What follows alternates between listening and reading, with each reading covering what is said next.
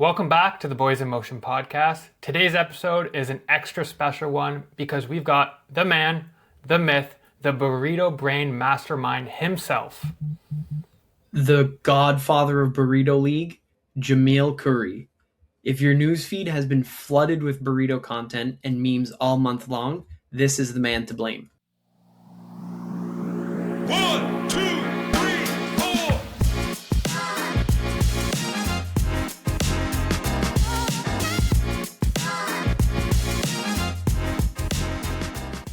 So yeah, Jamil, thanks so much for sitting down. We're super excited to chat with you after all the burrito nonsense is officially over as of a couple days ago.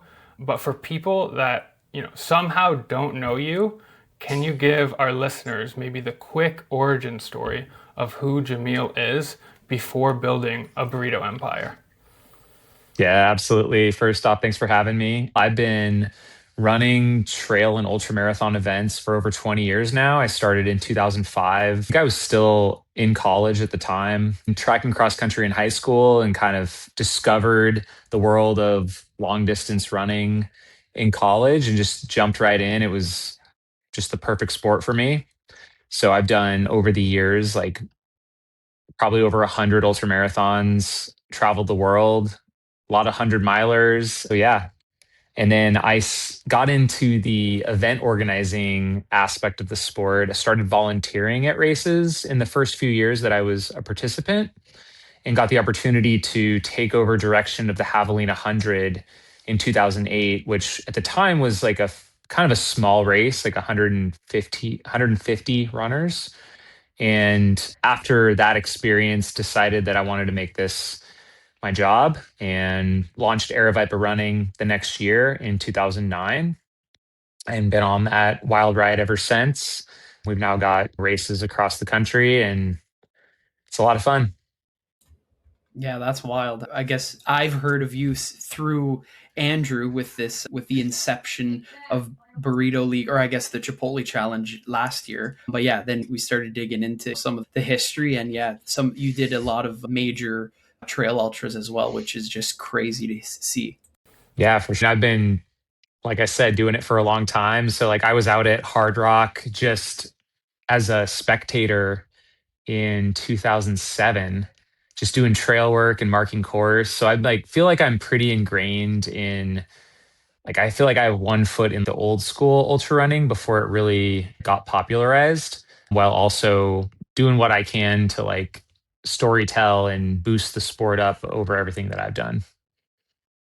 Yeah, that's awesome. One thing that I would love to know, as not being an ultra runner myself, but Not yet. kind of I've ran ultra distances, but no ultra events. First Can't get the title first yet. 100-miler around a burrito loop. That's pretty hilarious. Yeah, but still just a marathon. That's awesome. Yeah, it was crazy. But I would love to know, like, the amount of different races you've done. Ultra races is so vast. I would love to know if you could give a recommendation to someone that's wanting to do a big ultra as like a milestone event, a couple that you would recommend maybe for different reasons. Yeah, sure. I think number one, just like choosing something local to you is like a great place to start. At the time, I was pretty young and didn't have really the ability to travel too much, but I would just look around at the local calendar and see what was going on with my local community. And then I branched out from there. So started to check off the like bucket list races. And man, there's a lot more these days than there were back then. And it seems like there's new concepts and new things popping up all over the country, which is nice. There's more like premier level or new options in almost everyone's backyard these days, which is exciting. But man, I think for me, immediately got drawn into the hard rock ecosystem. Of course, like Western States is always a bucket list, and I was able to do that pretty early on in like the Leadville 100. But yeah, I just encourage people to do the local stuff, talk to your local ultra runners, maybe go to a local race and see what are people looking at and doing, because there's iconic stuff all over. Yeah, that's one thing I found super cool. I would say Toronto, being a pretty urban city, doesn't really have necessarily the biggest ultra scene. There is some ultras, but not nearly as many. So it's cool to see this event how many people it brought together that are interested and all wired the same way. And yeah, it was cool to see all these people come out of the woodwork and just get locked into this common goal. Yeah, I love that recommendation. I guess you could say it's like the urban ultra of, I guess, January too. And of course, that's as local as you could get, basically in anybody's backyard. Yeah. Talking about Burrito League now, I think that's part of the magic sauce is it's like for a lot of people just right there close by and there's no pressure to do anything. It's come out and do one segment. You're part of Burrito League. It's that accessible. But also if you want to indulge and really go after it, there's nothing to say you can't do it. And we often will encourage it. Like it's cool to see that people are really taking it and running with it.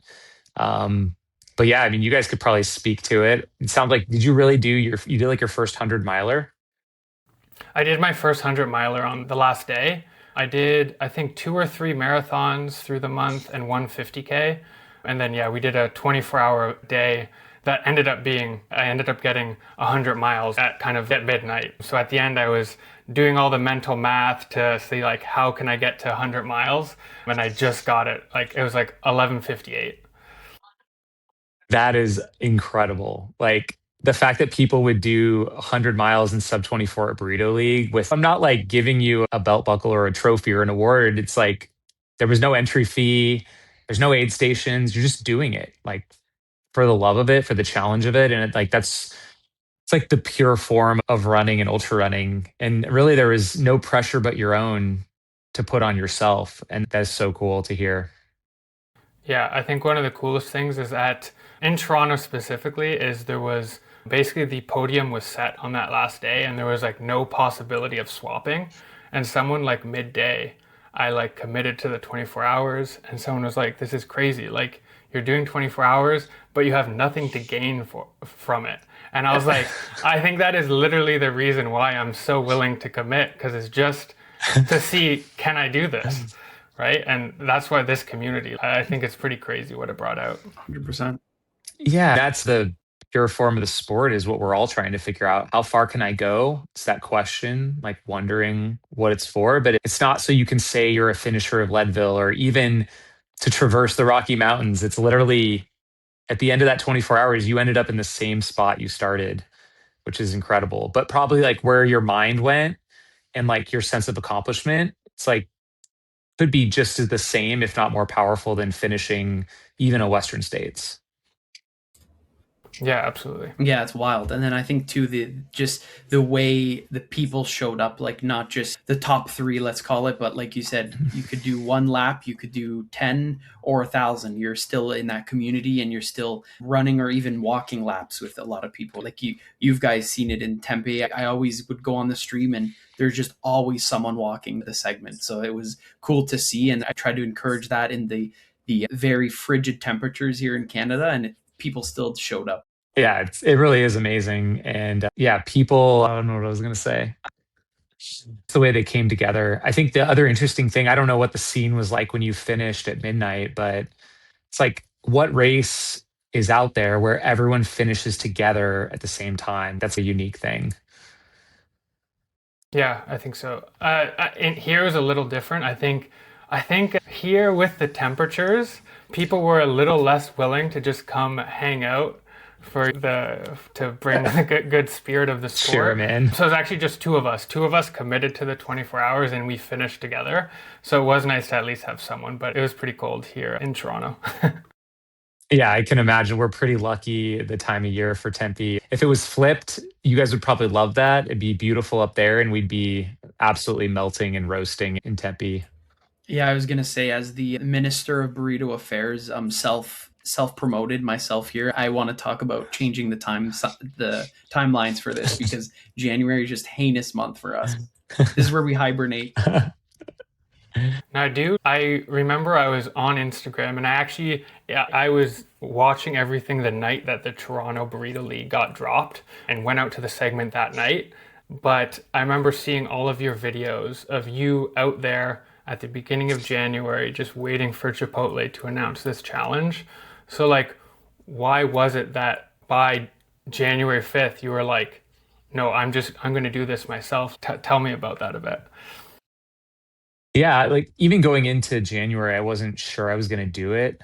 I pretty much knew it would be hard to top the experience from last year just because of who Kevin was and what transpired. I really went to the well out there, and as you guys know, it becomes all consuming towards the end of the month. You literally just can't stop thinking about that segment and being out there and getting more miles and being with the community. It's so cool, but I wasn't sure I could commit to that this year with my other racing goals and decided just to go. I don't know if it was just a joke, but I'm going to just start doing segments on January 1st just in case. And I knew that in the past 2 years, the press release from Chipotle went out on January 2nd to announce the challenge. So it's gearing up to see. I guess I didn't fully even think whether or not it was or wasn't going to happen. Like I had heard nothing. So it made us think like it might not happen. But also, I don't think they had hinted at it the last 2 years either. So it would have been pretty normal, I think, for all of a sudden it just to be announced on the second. And when it wasn't, and then there was nothing on the third, I think it was on the third that I went out there and did 20 miles that day. And Troy Croxdale, the Punisher, who he ran and hiked 10,000 miles last year, he was out at our Across the Years 6 day race over New Year's. So I was like, I would leave our event at Across the Years and I would go do segments and then go back to the race where he was participating. And he let me know, he's like, yeah, man, I'm here in Tempe to compete on the segment, like against you. And, That's wild. it's, oh, okay. Like, then I was a bit more invested. Shoot, I better show up if he's here to go against me as like the king of Mill Avenue or the whatever, the winner of the Chipotle challenge last year. So there's a little bit of pressure that this guy like came from California specifically to be in Tempe for the entire month and compete in this challenge. So it was like part of me wanted to give it a show for the people to watch. I mean, his 40-mile day to my 20 right off the bat, I was like, when it wasn't even announced yet, I'm thinking, You're, I definitely can't do you're this, like, is this a mistake? So that was a pretty good way to demoralize me on day zero of this potentially non-existent challenge. While he was running beforehand. But what I realized, oh yeah, he was already geared up and ready to go. So there was some pressure there, I think, to put something together for Troy was like on my mind. And we kept talking. We're like, we haven't heard anything from them. Should we just do it anyways? Just, this segment exists. We can use Strava to track how we're doing. Like it's all there. And then when an anonymous fan messaged me in my DMs and said that he would put up the burrito prize, there was no excuses left to not do it and go for it. And that's when we decided to just go for it. That's wild. I didn't know the Troy came out before it was actually announced. Also, like hoping that it would get launched. That's crazy. And putting up a 40-mile day. I think I had done about 35 miles on segment in those first few days of January, and he did 50 miles in total in the first few days. And we decided the day that I announced Burrito League that we would both private all those activities so that it would be a clean slate for everyone on the 6th at midnight. So yeah, he actually did more segments than he's getting credit for because we've fully hid those activities. Yeah, that's absolutely insane. The other thing that I thought was so crazy when I first saw it and like the drop of the Tempe segment was just the amount of prizes that you were able to put together in 2 days, like whatever it was. I'd love to hear like about that. And was that all from the community or from connections? Yeah, for sure. I think we had that anonymous donor. He donated the year's worth, and then I think he donated half a year's worth for second place. I decided to put up the women's prize myself, so it would be like an equal. That was one of the things last year that was a bit disappointing, is that it was just a first overall prize. And what we saw happen once me and Kevin got going, any of the women that showed up were already so far behind that even for the other men that showed up late, they weren't going to really realistically catch us at that point. We were already too far ahead. So I think it really helped just to give like more incentives. And that's why we really wanted to go like as deep as we could to get as much competition going. I don't know where the idea to put a Cocodona entry on the line was, but we were just thinking what would be an absolute head turning prize that would get people super fired up to just show up and go crazy. I think that did the trick in Tempe for sure. And then Ben Blankenship, I've known him for quite a while from Mount to Coast. He was at across the years. My brain's a little fuzzy, but I'm sure he was like watching closely. And as soon as he saw something was like developing, he was the first to jump on it. He's like, Mount to Coast, this is literally our brand DNA here. This is exactly what we do, this long road ultra stuff. And he just seized the moment. And that's how that came into existence. He just saw the opportunity and went for it. And that was on top of the Pro for a Day, right? That you guys raffled off to one of the winners there? Yeah, that kind of At the came end, later. So he was like, we want to donate like a year's worth of shoes, like 4 pairs of shoes for the winner, 2 for second, 1 for third on the men's and women's side. So it's like per league, that's what is that? It's 14 shoes or Yeah, it's something. wild. It's pretty good prize. And then I think they ended up supporting about 16 leagues in total.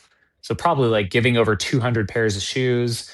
And then the Mount to Coast Pro for a Day was an idea they came up with that I think was really cool too. Yeah, that was cool to watch. And I guess just like you said, the prize growth was crazy in Tempe with you guys. And I even was very surprised with other cities just popping up and other local hosts being part of that group chat was like, oh, new prizes here, new prizes there. And just being part of that in the trenches, let's call it, on a smaller scale was a wild roller coaster. Even for me every day, it was like, okay, which prize can I get here? Which prize can I get there? And we had like nutrition brands coming up and, oh, we'll join you. We'll come bring nutrition out to your group run tonight. And it was like, whoa, this is cool. Yeah, it was amazing to see so many businesses just jump on board, even like local restaurants. Like, I think so many of the leagues just got supported by a local Mexican restaurant. Super cool to see that support. Yeah, that's Tyler. Tyler did a bit of a twist with his shawarma place, which is the Burrito of Ottawa. But his story of just going into this local shawarma place on the segment and trying to explain Burrito League It was wild. was pretty funny. But they hopped right on board. Yeah. And then when he was bringing in business, they were loving it. They were treating me like the king of shawarma. I was getting free shawarma all month, so I might just keep doing this 12 months out of the year. Yeah, don't stop now. That's so cool. Not like we designed it to be that way. Really, like we did not have some grandmaster plan here. Let's just be clear. Like we didn't know this was going to happen where it would just go off on its own. Like we even considered, hey, can we spin up like the same 25 leagues that they did last year and I'll give away like 1,000,000 Air Viper race entries. But I think we just decided to focus on Tempe, and I think that was the smartest thing we ever could have done, and just allow people to build in their own communities and do it in their own ways.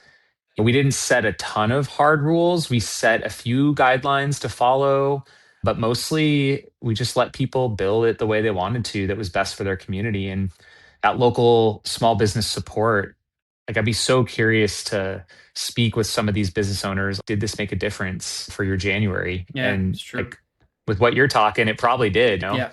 Yeah. Probably brought a lot of new people. Yeah, like in there. it even brought me in there, to be honest. I just looked at a neighborhood and I was like, there's a shawarma place around here, which is a sandwich wrap kind of thing.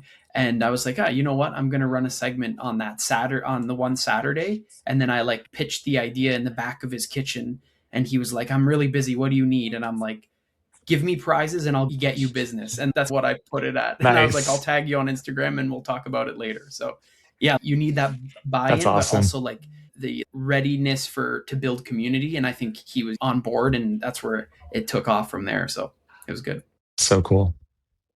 I'd love to hear a bit, like a lot of moving parts. It's crazy that this all came together in a matter of days. I'd love to hear about that core Burrito HQ team and what that looked like on a day-to-day. I know Tyler and I spoke with Connor on an Up North updates. We did 2 separate times because of some technical difficulties, but I'd love to hear a bit more about the team.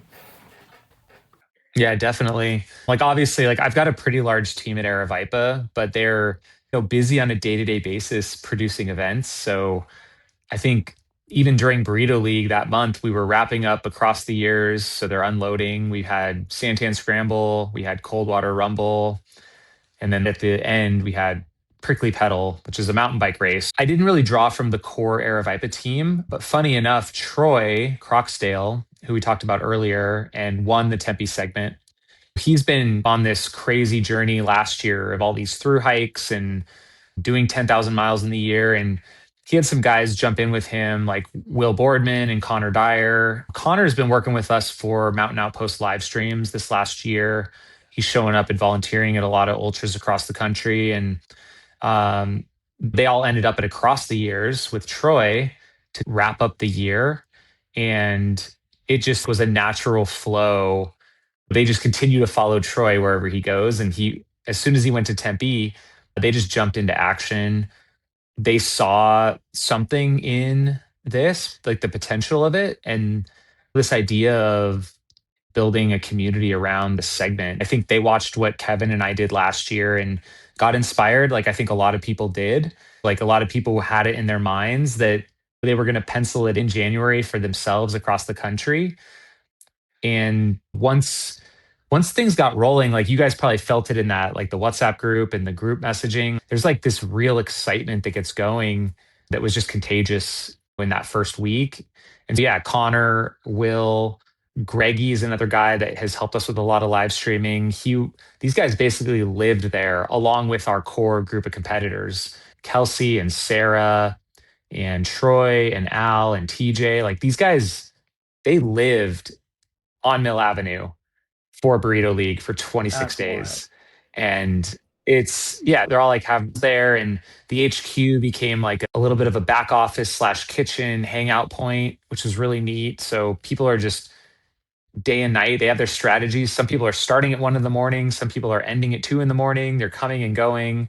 It was just a free for all. And it was this core group. And Connor was dubbed the commissioner, where, he helped make a lot of things happen and draw people into the team through like his network of just working with people for different projects, having to do with Troy or having to do with other things and just meeting them along the way. Will was the master of the DMs, I would call That's what I him. was gonna say. Like Yeah. he would get so energized by the messages from everyone. And, he took it extremely seriously. Like we have to respond to every single person that interacts with Burrito League. And I think that was part of the magic. And I'm apologize if you're out there listening and like you didn't get a response from us, but I think we tried to get back to everyone we could. And I know those guys were pulling all-nighters half the month, just honestly, because I think there's so much energy and it was just contagious and there's so many ideas flowing and they didn't want to go to bed. At some point, you guys need to get some sleep or you're going to be absolute zombies. Um, so yeah, that's like a bit of the core Yeah. team, and it just kept growing over the course of the month. We even pulled in people from segment like Allie, who was, I think, in our top 5 women. She was helping do some content. Ben Blankenship, I would consider him an integral person in all of Burrito League, not just because of Mount to Coast's involvement, but he was there from the very beginning in text message chains. What should we do? How can he support? Troy also, even though he was participating, I mean, he was instrumental in getting it off the ground and included in a lot of things. Kevin Russ, who I competed last year, he got to work on kind of the merch collection. We thought it would be really fun to just do something with shirt designs, hat designs that kind of built out this like mythological world of Burrito League, using his creativity to just build up this world of what is segmenting, what is Burrito League. It's a new sport and something that's like different than any other race I've ever experienced, that probably most of you now, you would all understand it if you've done it. If you just hear about it, you may not understand yet truly what's involved with it, but it is distinct from a fixed time race or a trail race or a road ultra or a backyard race. It's like distinctly different. Yeah, I think you actually explained that perfectly, because even trying to get some of my core friends to join us, they were like, some of them, I just don't get it. Why am I running in loops and loops? And it's just come out, join, and see how it progresses, and then people get hooked. And of course, we've seen it happening literally worldwide. But yeah, like you said it basically perfectly there. And then like that, just the amount of responses like from your core team, like you said, contagious, even all the way to us, right? Like we were actually reflecting on it with our other co-host Brian, that's not on the call today, but it was contagious. I think our January has been one of the most productive in that we've had in a couple years with our platform here, and it's just been, I think, a product of all of this going on, and as well, okay, let's get stuff going for us as well. So it was pretty cool to see. Yeah, there's like a real energy of just let's just do it. Let's get it going. Let's be active. Let's post on social media. Let's get the community out. Let's activate in our communities, even in the cold for all of you guys in the north and across the country. It's amazing to see.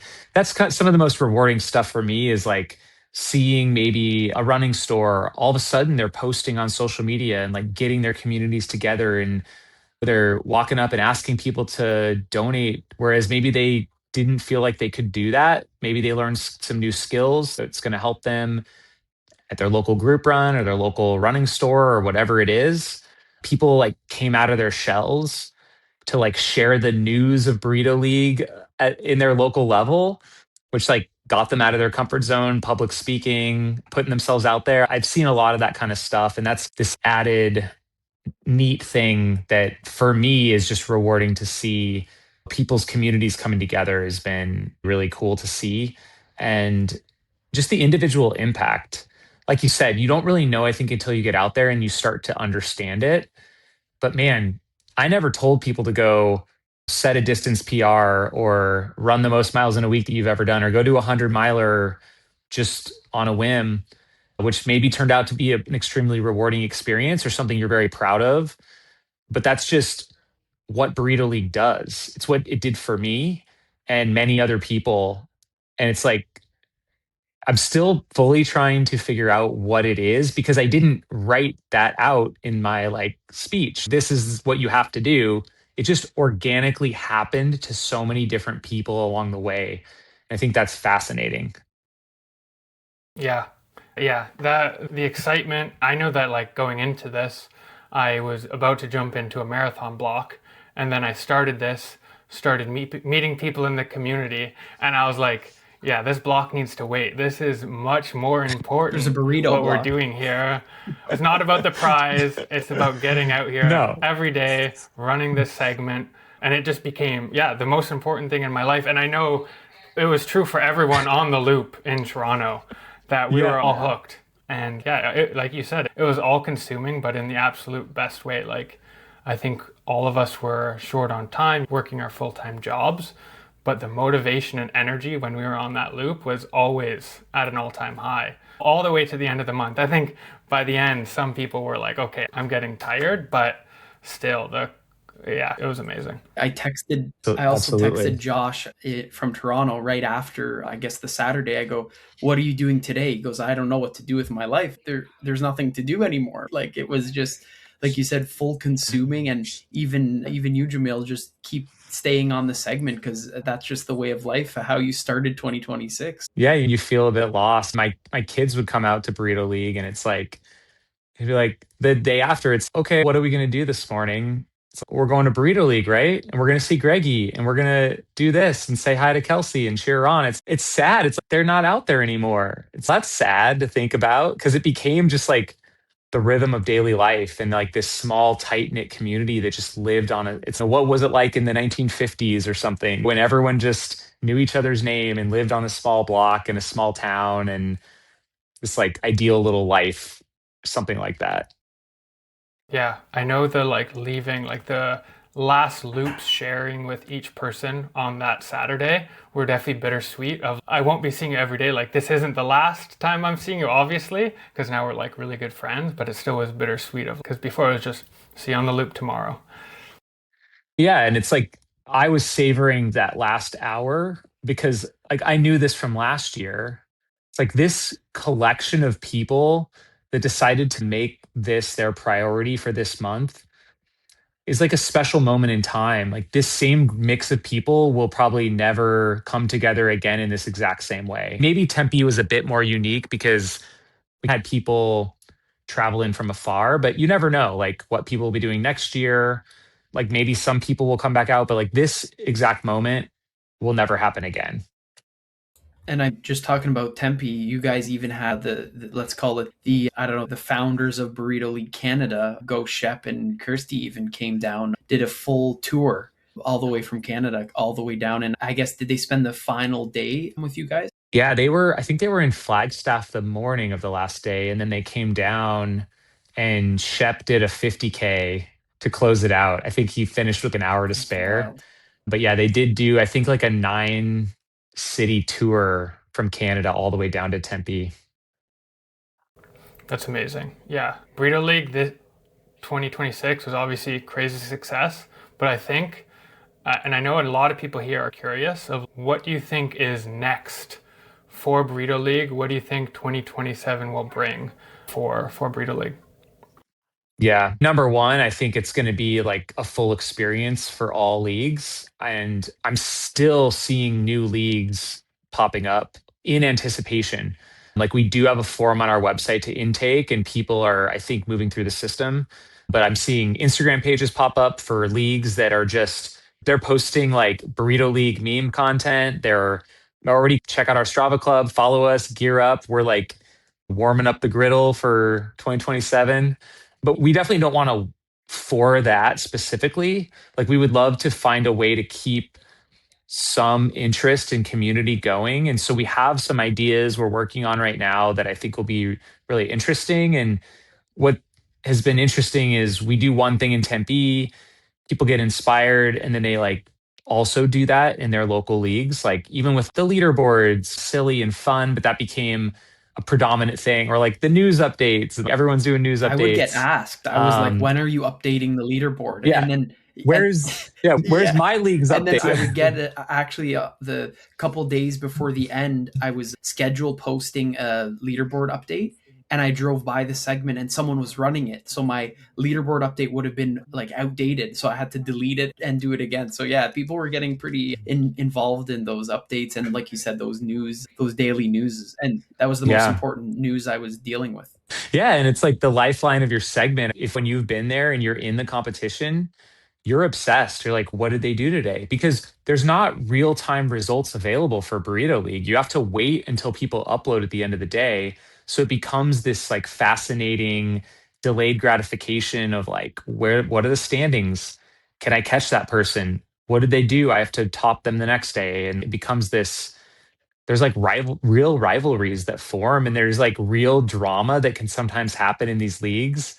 Whether it's, I think most of it is it's not mean spirited, but it's like you might develop a grudge because that person just did a big day, and you're like, really? Now I have to go do a bigger day. But I think that's all part of the fun of it, and that competition that can develop over the course of like days and weeks is just that part of the magic of Burrito League. It's not just like a 1 day event where like their competitors somewhere off the trail in front of you. It's, oh no, you're like staring them down, or like you're running next to them. They're out there at the same time. Or like you might lay awake at night wondering, are they out there right now? Are they sneaking some miles in while I'm having dinner with my family? Like maybe I need to wake up at midnight and go out there. It's like you've been So following. like there's all Andrew. these like That's exactly. For the first week, I was having the worst sleeps because the other two that I was competing with would run always super early in the morning. So I was like, what am I going to wake up to? And what am I going to have to do after work tomorrow? And I just couldn't sleep. Yep. But I was still had so much energy. I was like, let's go.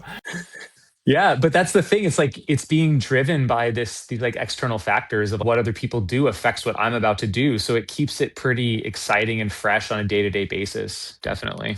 Nice. Yeah, that's awesome. Is there kind of anything that you want from the experience this year? Is there anything that like you think needs to be changed for next year, or any modifications to how things are run?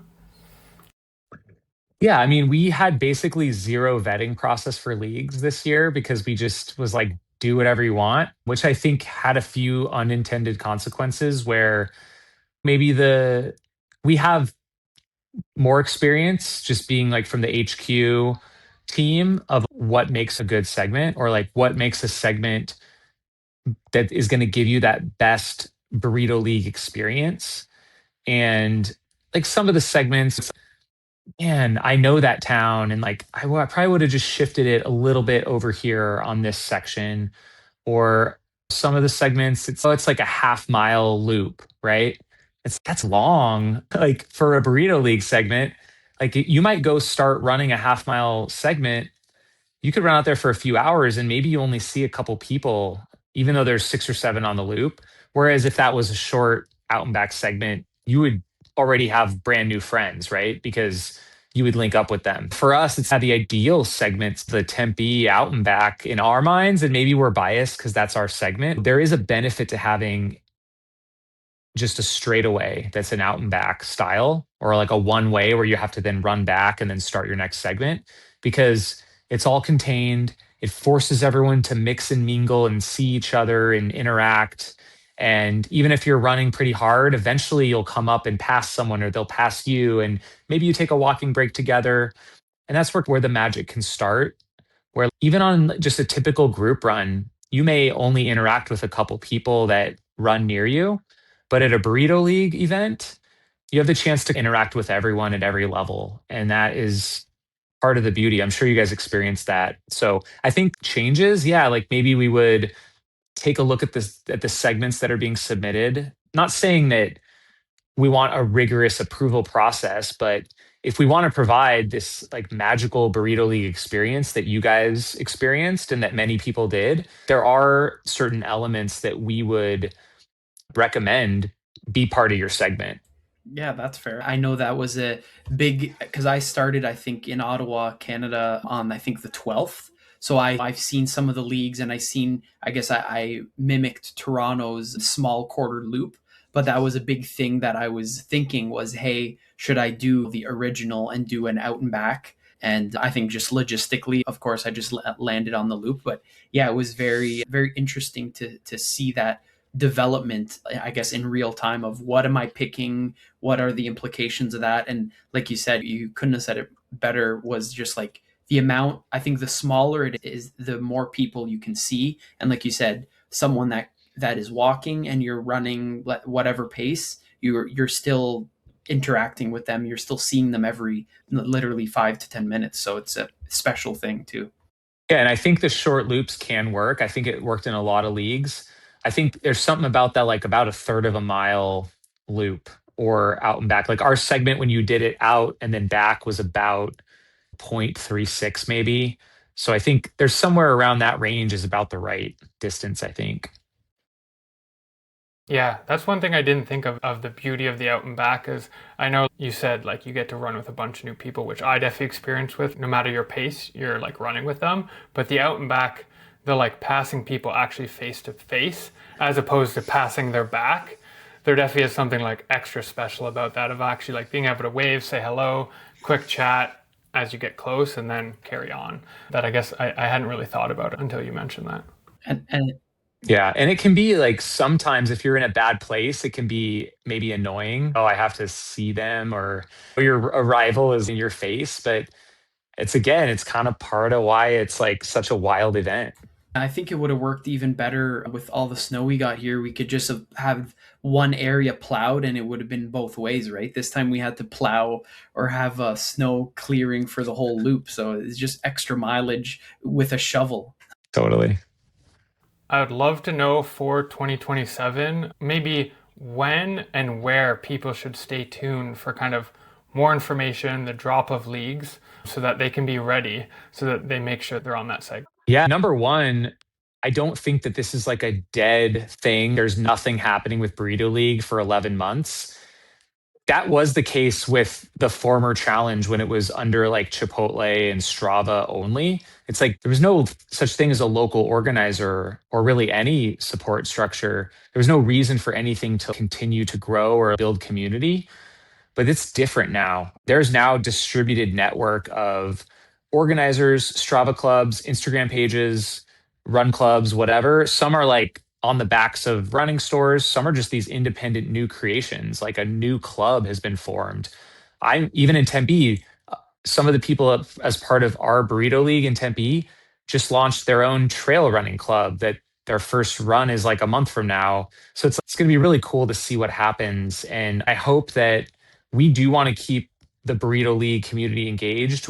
And like, I think we will host some level of like pop ups or mini events and things. So I would say stay glued into the Burrito League Instagram page and our website and our Strava club. Like those three places is where we're going to activate. I don't know if I should even, I'll just say it because if you put it out in the world, it'll come true. Like we are talking about doing some like event pop ups with Burrito League. The concept being everyone's like maybe already coming together from all over to attend a race. And like the idea of what if there's a Burrito League meetup at a big race where these people from all over the country, they've had this experience like we all have had. What if like we were already attending an ultra coming up and we could just schedule a club meetup? And what better place to do it than on a local segment at the race where we could just set up a pop-up segment and we could all just segment together and meet each other and have those same organic moments that we did on our own leagues and our own segments, but just in person in a new place that just has a shorter time constraint on it. Nice. I love it. Yeah. That's some fun things to look forward to. Yeah, that would be fun. Actually, it's a great idea, and it reminds me of those let's call it sanctioned, but Burrito League, of course, unsanctioned. But for the marathon majors, they always have Nike holds a pop-up shakeout run, but this is more like an ultra segmenting shakeout run, you could call it. This great idea. Yeah, totally. And like I could imagine us having this segment and hosting like several meetups throughout like an event weekend. And why not put some fun prizes to get people out there and motivated? I don't know if it would be possible to keep giving away free burritos. Maybe that would be incredible. Strava, can we keep it going? And yeah, like it'd be cool to put up some prizes. Like maybe there's a world where someone would just attend a race, but instead of competing in the race, they're going to compete at the local segment and they're going to win a prize. Amazing. I love it. Yeah, it was crazy that Strava just came in. I know in Toronto and Ottawa, like people, it got the buzz going. A bunch of people that were hard nosed before were like, heck yeah, I'll come run a couple seggies for a free burrito. That sounds great. It's awesome. We want to be mindful of your time. We like to do one fun thing, just a quick rapid fire questions, kind of silly questions. Some will be burrito related because we know that you've had, well, maybe not 52 Frida's burritos because we heard you're giving them away, but you've had lots of burritos, so I'm sure you have opinions on your orders. So yeah, let's kick it off. So for your order, are you a burrito or a burrito bowl guy? I go back and forth, but I've been going burrito lately. Good choice. I got another one here. Strava goes down on January 31st at 11:58, or you have to explain what segmenting is to a non-runner. For the rest of your life. Explain segmenting to another runner. Nice. On your burrito order, pinto or black beans? Pinto. Yeah, good call.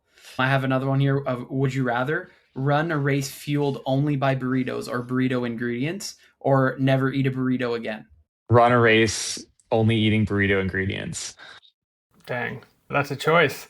Okay, this is a good burrito question. Breakfast burrito or dinner burrito? Ooh, let's go breakfast burrito. Another good choice. Those get you fueled for the day for sure. We got another one here, which I'll have to give a bit of context, but I do really like your shirts for Jamil for president. So with that context, we're going to do Kevin Russ as VP, and the activity that he'd be doing all the time was constant local legend battle on the White House lawn, or Connor Dyer as VP, 47 new government programs launched by accident before your Tuesday. Oh my God, that's insane. That's so funny. Let's go Kevin Russ VP. Sorry, Connor. The segments on the White House lawn, I think, tipped the scale there. Yeah. Iconic. That's going to be one ripped up lawn by the end of the month.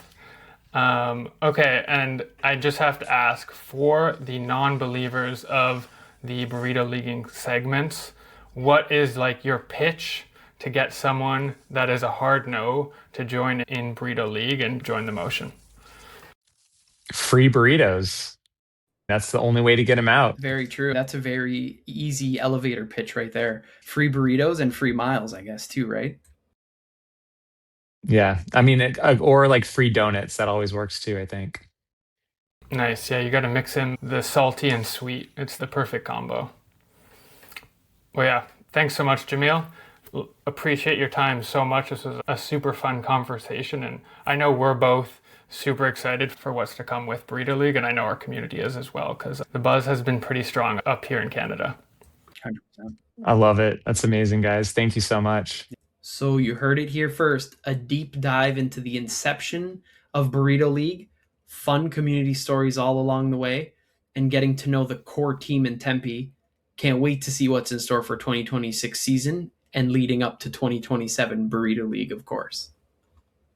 And if you've listened this far and are not yet in Burrito League, please join your local Burrito League club on Strava, follow Burrito League on Instagram, and we hope to see you out there on your local segment. Thanks for tuning in. The Minister of Burrito Affairs and Runnerman Andy are officially off the segment for now.